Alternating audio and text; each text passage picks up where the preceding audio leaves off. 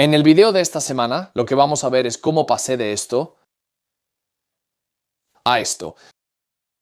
Y quédate hasta el final, porque al final te daré un pequeño adelanto de las diferentes áreas del taller y te mostraré lo que planeo hacer dentro del espacio, partes que te puedo mostrar. También he aprendido algunas lecciones en el camino, y las iremos viendo cuando te muestre las grabaciones, porque hubo bastantes, como ha sido con el resto de la construcción. Pero si estás en una situación como esta y ya tienes tu taller construido y estás pensando en qué vas a hacer con el interior, hay un par de decisiones que tienes que tomar antes de empezar a poner el revestimiento en las paredes y aislar todo. Primero que nada, la electricidad.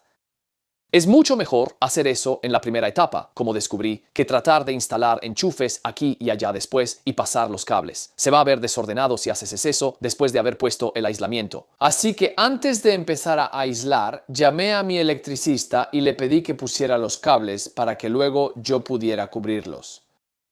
Pero si eres como yo y tienes un taller y no tienes idea de dónde va a ir nada, ¿cómo sabes dónde poner los cables? ¿Cómo sabes cuántos enchufes necesitas y todo eso? Solo pide más. Esta es la pared de herramientas. Esto tiene 3 contactos dobles a la altura del piso. Por altura del piso me refiero a 1,5 pies sobre el suelo. La pared de atrás, 2 contactos dobles justo detrás de mí. La pared de enfrente tiene un contacto doble de un lado y un contacto sencillo del otro lado. Y ahí es donde está la caja de fusibles y el interruptor general que cortará toda la electricidad cuando salga del edificio. Eso es importante para mí. Tal vez ustedes no lo necesiten, pero para mí, tener la tranquilidad de apagar todo con un solo interruptor era bastante importante.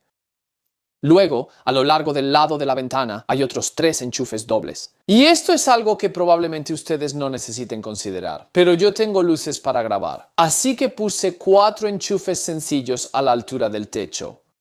Podrían ser útiles para otras cosas como la extracción de polvo, nunca se sabe. Puse 6 contactos para el uso diario. Luego tuve que tomar una decisión.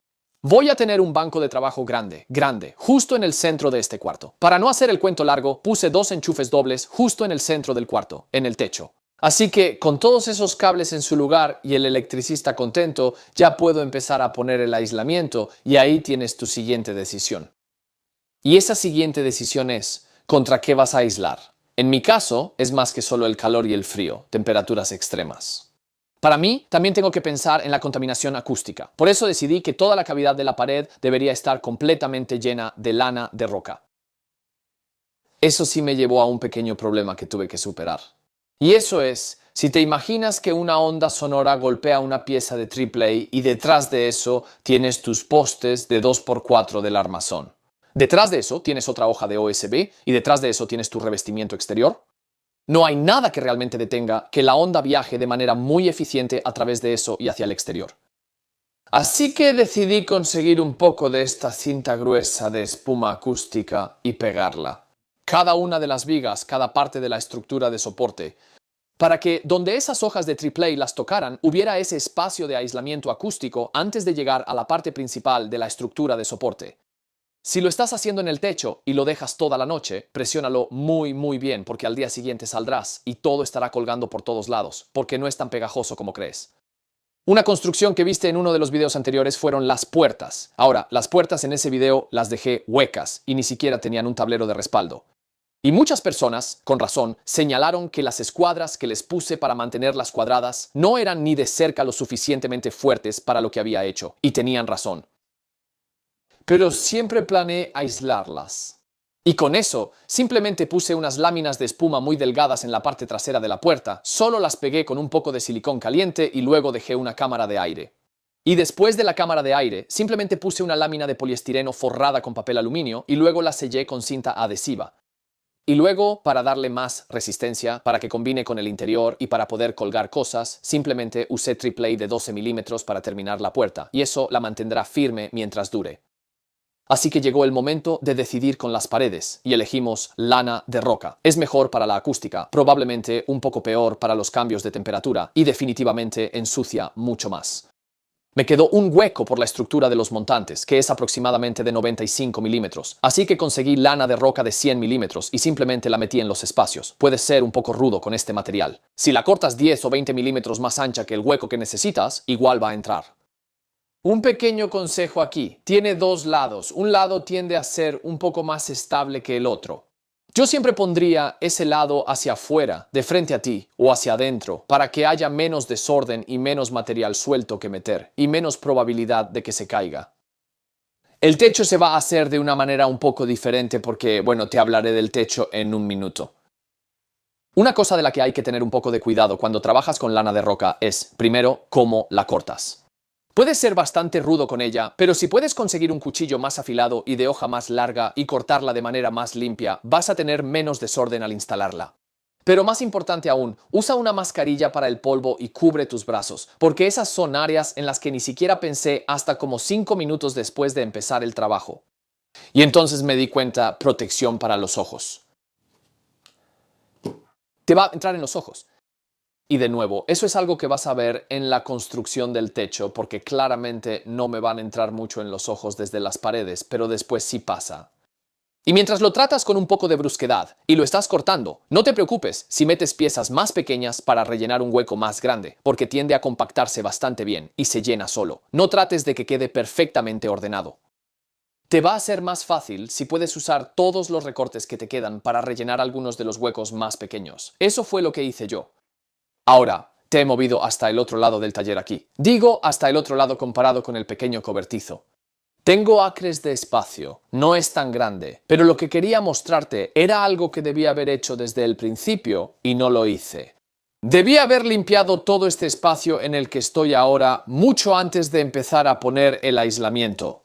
Porque entre tú y yo es una pesadilla absoluta si vas a intentar poner aislamiento en el techo y no has despejado el espacio en el centro. Mira las siguientes partes, ya verás. Ahora, el techo es otra área en la que tienes que tomar algunas decisiones. Y si estás planeando una construcción como esta, yo empezaría a tomar esas decisiones justo en la etapa en la que decides qué techo vas a poner en el edificio y cuáles son las restricciones de altura para tu construcción.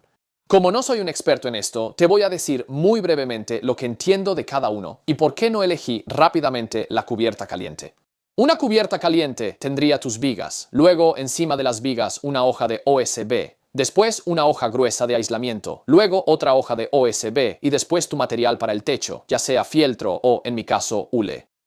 Ahora, voy a tener esas vigas de todos modos, y si empiezo a apilar cosas encima, probablemente voy a perder casi otros 10 milímetros más, lo cual no suena como mucho. Pero cuando solo tienes 2,5 metros como tu altura máxima utilizable y un techo inclinado que baja a 2,4 metros, si le quitas otros 10 centímetros viendo aquí, la altura no estaría muy lejos de la altura de la cabeza. Las ventajas del techo caliente, lamentablemente, son que es mucho más fácil evitar que se forme moho y hongos encima de cualquier material que uses para el techo, porque tienes un gran espacio de aire por donde puede circular mucho aire.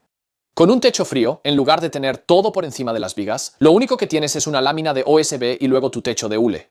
Así que te has ahorrado toda esa profundidad en aislamiento. Pero tienes que colocar el aislamiento en la profundidad de las vigas, que en mi caso probablemente sean unos 140 milímetros de espacio útil que tengo, y tienes que dejar un espacio de aire. La forma en que realmente quería hacerlo era poner aislamiento de 30 milímetros con revestimiento de aluminio en la parte superior, justo debajo de la lámina de OSB bajo el techo, porque pensé que eso lidiaría directamente con el sol que cae y también con el frío que entra. Y luego quería un espacio de aire, y debajo de eso poner lana de roca de 75 milímetros. Elegí un poco más delgado que en las paredes, porque me preocupaba ocupar demasiado espacio. Pero el problema con esto es mantener ese espacio de aire y que no se caiga toda la lana de roca mientras subes las láminas para sostenerla en su lugar. Parecía que iba a ser un verdadero dolor de cabeza. Así que lo volteé. Y esto no es una recomendación. Esta es solo la forma en que decidí hacerlo porque pensé que todavía tengo todas esas etapas diferentes y sigo manteniendo mi espacio de aire, pero en vez de estar entre las dos capas, está en la parte de abajo. Así que lo que hice fue poner la lana de roca justo contra el techo y luego la mantuve en su lugar con los paneles de poliestireno forrados con papel aluminio. Así que ahora puedo trabajar a mi propio ritmo porque están bien ajustados y completamente sellados con cinta en las uniones, así que no se van a salir. Lo que quedó debajo de eso es aproximadamente un espacio de 30 milímetros que va a ser mi flujo de aire. Justo debajo de eso hay una lámina gruesa de plástico que funciona como tu membrana no transpirable y luego, para sellarlo todo, hojas de AAA. Así que técnicamente tienes tu espacio de aire entre la lámina de plástico y el aislamiento forrado con papel aluminio, y ese espacio de aire va de un extremo al otro. Tuve que perforar algunos agujeros en los costados para que los sofitos y el flujo de aire que sube por debajo del revestimiento permitan que ese aire circule y elimine cualquier posibilidad de humedad y moho, toquemos madera. Y de igual manera, lo que también haces con esa lámina completa de polietileno o plástico es detener toda la humedad que se crea dentro de la habitación por nosotros al respirar, por el aire caliente. Estás evitando que eso pase y llegue al aire frío del techo, lo que causaría condensación. Y luego está el problema de que se te meta en el ojo. Cuando estés trabajando en ese techo, trata de trabajar un poco de lado o usa gafas protectoras que cubran completamente para que no tengas ninguna posibilidad de que estos pedazos te caigan en los ojos porque es realmente desagradable.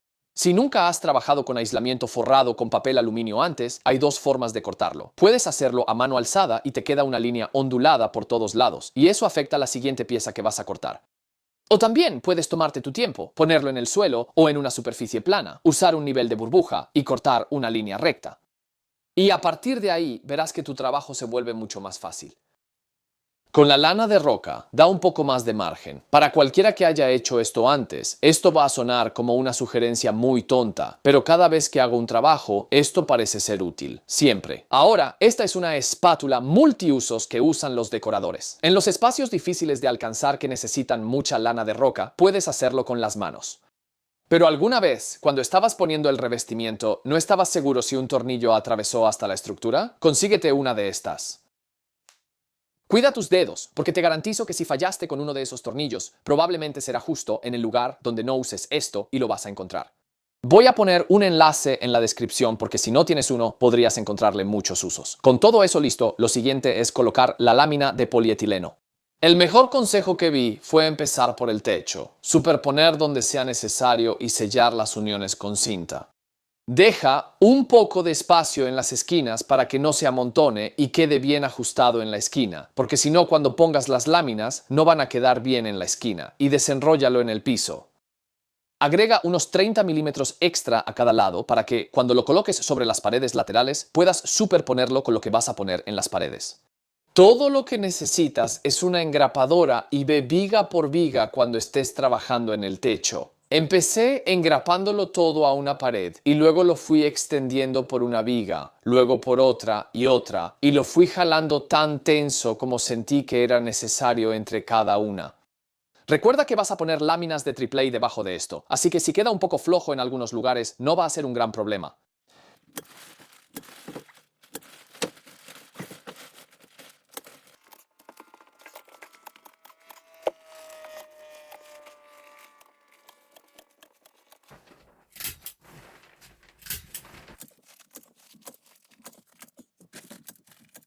Y luego haz las paredes de la misma manera. Recuerda cortar los espacios para tus enchufes o tomacorrientes porque de todas formas vas a tener que hacerlo en algún momento. Así que ahora es tan buen momento como cualquier otro. Y después recorta el exceso a la altura del piso una vez que ya lo tengas todo engrapado. No sé si es el material correcto, pero yo uso la misma cinta Tuck que uso para la membrana transpirable en el exterior. Es súper adhesiva. Un consejo bastante útil aquí es tener una mano con guante y una mano sin guante. La mano sin guante para empezar y la mano con guante para aplanar la cinta. Descubrí que si uso mis manos desnudas, terminas con mucho residuo de pegamento en ellas y eso es realmente molesto, básicamente. Entonces, ahora que ya creaste lo que parece una sala de asesinato, por decirlo de alguna manera, lo siguiente es cubrirlo todo con triple A. Podrías usar paneles de yeso, podrías cubrirlo con tableros USB, elige dependiendo del uso que le vayas a dar. En mi caso, usé triple A de 12 milímetros o media pulgada en las paredes y luego triple A de 5 milímetros, un cuarto de pulgada, 6 milímetros más o menos en el techo. Esta fue una decisión difícil y durante mucho tiempo pensé que había cometido un gran error. La razón por la que elegí 12 milímetros en las paredes es para que sean lo suficientemente resistentes como para colgar cosas, y en el techo usé algo más ligero porque estoy trabajando solo. Hice estos excelentes soportes en forma de T que se suponía que me iban a ayudar y no lo hicieron, la verdad no mucho. Y yo diría que si tienes vigas que están más separadas que las mías, que están a unos 400 milímetros de centro a centro, probablemente vas a obtener un acabado ondulado. Lo hice en los bordes y estaba realmente preocupado donde una tabla se encontraba con otra. Tenía muchas ondulaciones ahí. Porque a medida que avanzas por las vigas, atornillándolo, si no lo tienes perfectamente ajustado, sí empieza a moverse. Y también donde está esa tira de goma debajo, tiende a doblarse un poco más bajo los tornillos.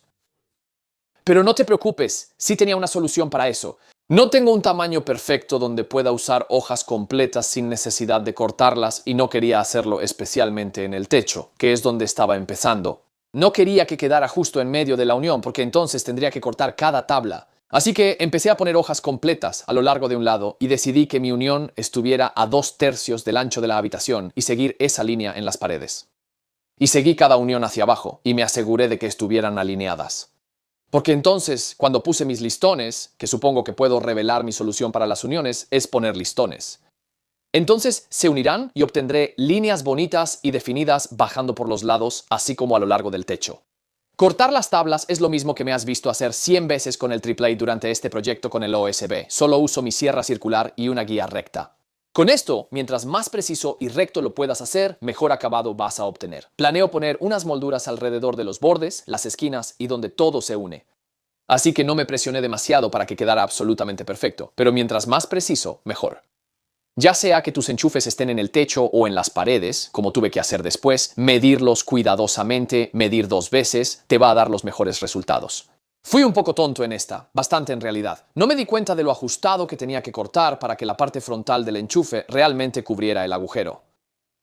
Y dejé un verdadero desastre en todos ellos. Y mi sierra caladora se rompió, así que tuve que usar una sierra sable para cortar los agujeros, que no está hecha para trabajos delicados. Les mostraré los resultados al final. Y también les daré una idea de cómo voy a arreglarlo. Porque sí necesita arreglarse. Pero si alguna vez hay un momento para pedir ayuda, es cuando se trata del techo, porque sostener la madera en 2 extremos, especialmente cuando es tan flexible como este triplay de 5 milímetros. Y poner los tornillos y apretarlo todo lo más que puedas, definitivamente es trabajo de 2 personas. Incluso pensé que estaba siendo muy listo con los enchufes e hice una pequeña plantilla para mí. Y hasta la plantilla es del tamaño incorrecto, demasiado grande. Como con todo lo que he hecho, el techo, las paredes, las láminas de OSB en el exterior, puedes usar tornillos de 40 o 50 milímetros. Y para ser honesto, no me preocupé mucho por avellanar estos. Simplemente los dejé entrar hasta donde pudieran y al final les pondré un poco de masilla. Una vez que terminé con todas las tablas, se trataba de poner estos listones para cubrir todos los errores que cometí. Ahora, si tienes una sierra de mesa, puedes cortar estos muy rápido. Yo solo tengo la sierra circular, pero lo que sí tengo es este accesorio muy útil. Es tan sencillo y viene incluido. Pero si estás cortando tiras de cualquier cosa de cierto ancho y quieres que sea uniforme y rápido, este no es el método 100%, pero sí es el método 95%. Y es mucho más fácil que tener que estar sujetando una tabla como tu guía recta. Si no tienes una sierra de riel, si no tienes una sierra de mesa, esto te sacará del apuro y hará el trabajo bien y rápido. He usado el de 5 milímetros en las paredes porque no tiene ninguna función estructural. Así que solo lo he usado como un bonito efecto decorativo porque así continúa con los listones del techo. En el techo usé uno de 12 milímetros, algo un poco más grueso, y lo atornillé. Esto solo está clavado y pegado. Lo atornillé allá arriba porque donde se unieron las 2 tablas y hay una ondulación, esto lo endereza. Así que esto realmente lo mantiene bien ajustado a las vigas y lo endereza todo. Y se ve mucho mejor. Una vez que todas las tiras estén puestas, entonces solo es cuestión de que en cada tornillo que pusiste le pongas un poco de masilla o algún resanador, lo que vayas a usar. Ojalá hubiera usado menos tornillos porque luego tienes que lijarlo. Y dependiendo de qué tanto te importe el acabado, a mí me importó más esta pared que cualquiera de las otras porque esta es la que más se va a ver. Es mucho trabajo, especialmente en el techo, justo encima de tu cabeza. Así que decide qué acabado vas a elegir. Si es un taller y no vas a grabar ahí, no tienes que preocuparte tanto por cómo se va a ver. Así que quizá solo quieras dejar los tornillos expuestos. Sin duda ayuda si vas a reemplazar un panel si se daña más adelante. Para que los bordes de los listones queden un poco más definidos, consigue un poco de sellador acrílico. Alísalo en la esquina, deja que se seque antes de pintar y así obtendrás un acabado mucho más definido y hará que parezca que realmente son parte de la pared. Ahora me siento un poco tonto diciéndote esto y no me enorgullece. Pensé que el sellador acrílico en la pared trasera, pensé que sería lijable. Hubo un momento en que me di cuenta de que no lo es. Déjalo liso en la primera aplicación. Déjalo secar porque tiene que estirarse. Es mucho más parecido a la silicona. No suena muy bien. Y haz un mejor trabajo alineando las diferentes tiras en el techo. No conseguí una que cubriera todo el largo porque es más largo que una hoja de triple. Y si no lo haces, desde ciertos ángulos vas a notar que no están bien alineadas. De nuevo, puedes entrar a este taller 100 veces. Lo más probable es que no lo veas a menos que yo te lo muestre, y no te lo voy a mostrar. De todos modos, no lo haré de nuevo, así que ahí lo tienes. Sé que algunos de ustedes van a tener preguntas. Piso. Si recuerdan el primer video, puse aislamiento aluminizado en toda la base y lo cubrí con cinta adhesiva, donde puse todo ese plástico alrededor para evitar que la humedad entre en las paredes y el techo. Eso también evita que algo suba por el piso. Sí quiero poner otra capa de piso. Quiero poner el aislamiento delgado que usé en la parte trasera de las puertas. Quiero cubrir el piso con eso y poner otra capa de OSB de 12 milímetros encima o triple. La razón de eso es que desde que he estado aquí y lo he estado usando, el piso se está desgastando muy rápido y soy consciente de que es el piso permanente y no quiero estar cortando pedazos si se daña. El desorden de los enchufes, te lo voy a mostrar. Y mi plan para arreglarlo es usar mi láser. Verás eso en el video del láser, el próximo que viene, porque vas a ver cosas mucho más útiles para un taller. French Cleats, arreglos con láser para idiotas con sierras recíprocas, tratando de hacer huecos para los enchufes, cosas así. Te lo prometo, voy a hacer el desglose completo de precios para todo este taller. Spoiler, se pasó un poco del presupuesto. Déjame darte una idea rápida de lo que planeo hacer con la distribución de este lugar, porque creo que eso es bastante interesante. He volteado completamente la cámara para que puedas ver de adelante hacia atrás. Este es el comienzo de la creación de mi pared de French Cleats. No siento que esté revelando demasiado del video aquí porque ya viste todo esto cuando estaba en el cobertizo viejo. Así que lo que ese video va a incluir son más soportes para diferentes tipos de herramientas. Algo un poco más elegante, algo un poco más útil, algo que creo que va a ser mejor para este espacio. Pero esa es esta pared. No puedo mostrarte más. He cubierto 2 ventanas con paneles acústicos para que, con suerte, el sonido no haga tanto eco aquí. Necesito poner algunos en el techo, pero eso será después de que terminen los trabajos finales de electricidad.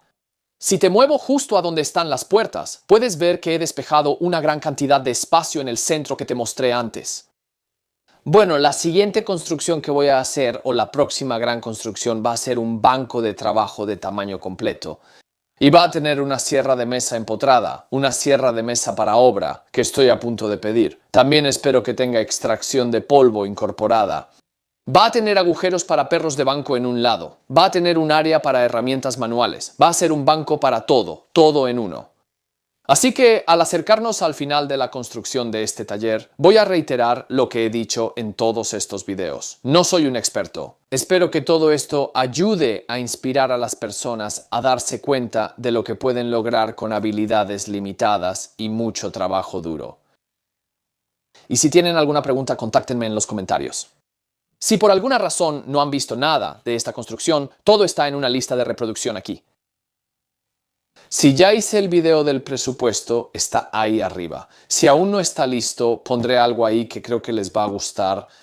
Muchas gracias por su paciencia con este video y por verlo. Nos vemos allá. Adiós.